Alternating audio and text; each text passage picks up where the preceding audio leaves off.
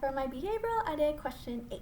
Tell me about a time when you didn't get along with a member of a school or work group and how did you handle that? And for my situational, I did question 2. What would you do if your manager asked you to do a task that you haven't done before or weren't sure that you knew what to do? So for my behavioral, it was my freshman year of college, and I was in. It was also during the fall, and I took a class called ME 204. So ME 204 was engineering graphics. It was a more project-based type of class. So I was placed in a 4-member random group, and the first day of class we divided on how things should be assigned. So me and this girl Alyssa, we both got assigned the essay portion, and I was totally cool with that because we did agree upon it. But the thing is, Alyssa had more conflicting personalities within the 4 of us, because she was more confrontational and she was a bit more conflicting in her opinions of things, and also her way was my way or the highway. So it was kind of a awkward tension, and it was very uncomfortable sometimes. And basically a few days before the essay was due, I notified her. I'm like, hey, did you do the essay portion yet? And she said she would get to it, but eventually she just told me that she was unhappy with how the responsibilities was set out and she will not be doing the essay.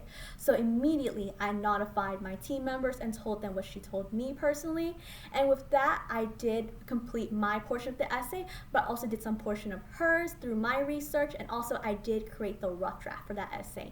And because I did tell my team members quite early on, they did come in and help me revise, edit, and research, and finally we finalized that essay and we did turn it in. And once we turned it in, we did get a 98% on that essay, so that was very of a success story. And also after the essay, we did manage to resolve our personal issues within the group with Alyssa, me, and all the others. And with that, basically, it was smooth sailing from there, and we all did receive an A in that class, and also we are still friends to this day. So we did resolve all of our issues without getting a professor involved or having a medium between all of us. And for the situational, in this situation, I would just be upfront and honest and tell my manager that I have no background in this task that he is asking me to do, or that I don't have the knowledge and skills to complete this task.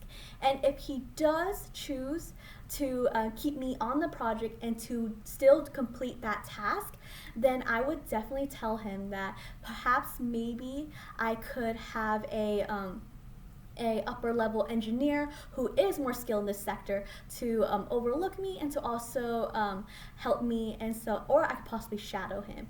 And also maybe if I could have a partner who we could divide the skills and also divide the responsibilities, so it's not that confusing, and I could learn along the way. And also one other good alternative is that perhaps if he just still wants me on that and just doing it by myself, then I would definitely ask him if I could email or message him more often, or have one-on-one with him where he teaches me some of those skills so I can be better informed and also experienced in this sector.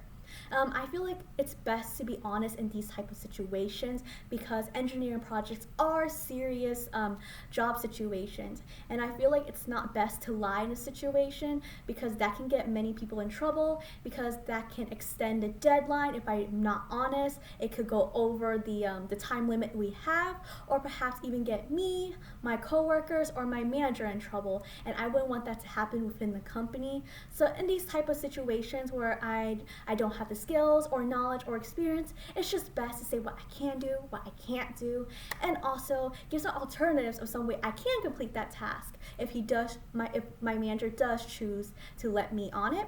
So in this situation, honesty is the best virtue.